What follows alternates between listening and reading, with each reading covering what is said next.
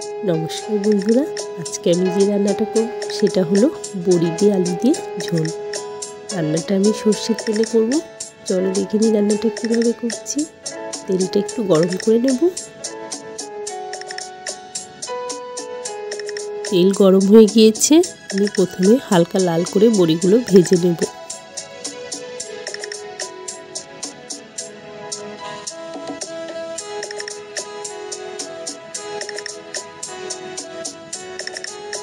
সামান্য লবণ দেব।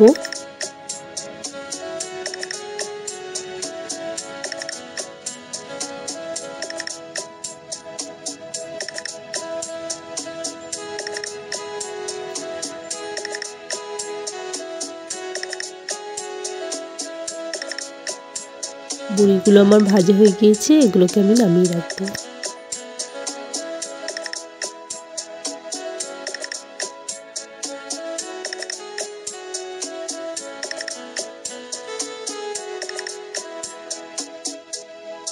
আর একটু সর্ষের তেল দিলাম।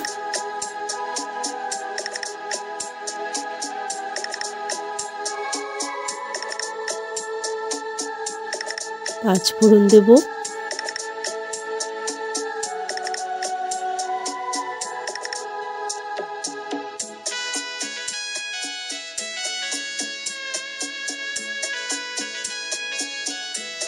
আলু কেটে রেখেছিলাম, আমি এখানে ছোট ছোট 3টে আলু কেটেছিলাম, সেই আলুগুলো দিয়ে দিলাম। আর আলুগুলোকে আমি লাল লাল করে ভেজে নেব।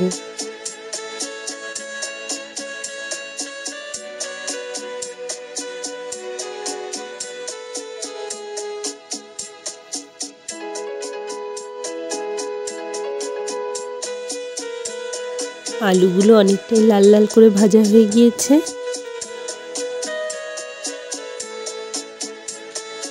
এবার এখানে আমি আদা বাটা দেব। আদা বাটাটা 2 চামচ দেব।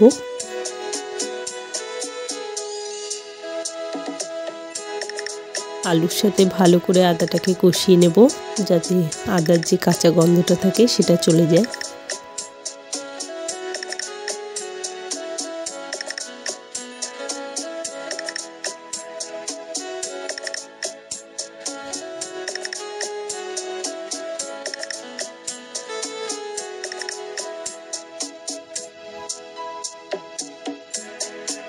এবার এর মধ্যে আমি একটা টমেটো কেটে রেখেছিলাম, সেটা দিলাম।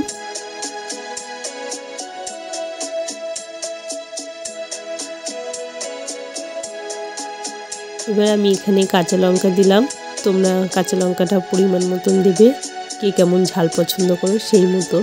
আমি এখানে 4টে কাঁচা লঙ্কা চিড়ে দিয়েছি।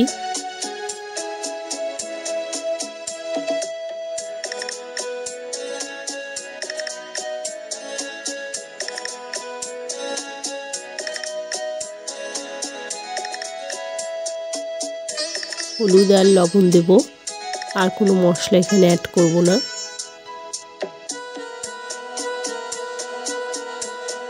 এবার আমি এটাকে 1 থেকে 2 মিনিটের মতন কষাবো, যতক্ষণ না টমেটোটা গলে যাচ্ছে।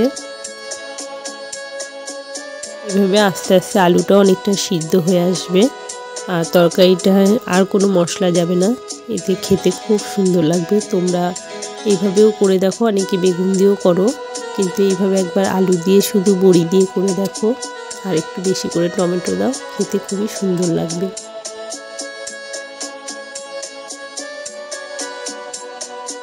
মশলাটা আমার কষানো হয়ে গিয়েছে, এখন আমি এর মধ্যে 1.5 কাপ মতন জল দেব। একদমই পুরো 1.5 কাপ, এর বেশি না। দেখো পুরো 1 কাপ আর অর্ধেক নিয়েছি, কারণ বেশি দেব না, যাতে আমি আলুটা সিদ্ধ হয় সেই রকম মতন জল দেব।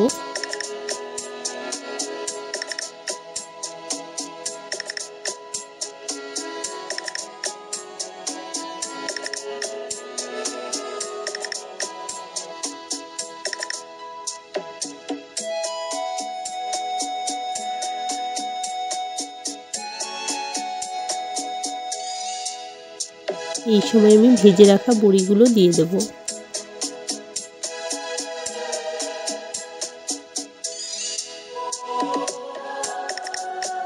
এবার সবগুলোকে একটু ভালো করে মিশিয়ে দিলাম। এবার এটাকে আমি পুরো 3 থেকে 4 মিনিট ঢাকা দিয়ে দেবো।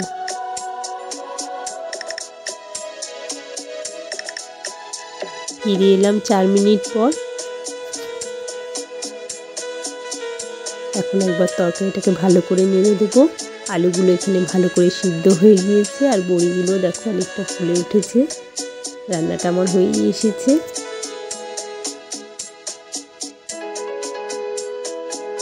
এখানে সামান্য চিনি অ্যাড করলাম, যেহেতু এটা নিরামিষ রান্না একটু চিনি অ্যাড করলে বেশ খেতে ভালো লাগে। তবে চিনিটা তোমরা দিতেও পারো, নাও দিতে পারো, কোনো অসুবিধা নেই। বেশি নাড়বো না, কারণ বড়িটা ভেঙে যেতে পারে। আমার রান্নাটা হয়ে গিয়েছে, এখন আমি নামিয়ে ফেলবো। ঠিক আছে বন্ধুরা, রান্নাটা যদি ভালো লেগে থাকে তাহলে প্লিজ একটা লাইক করে দিও।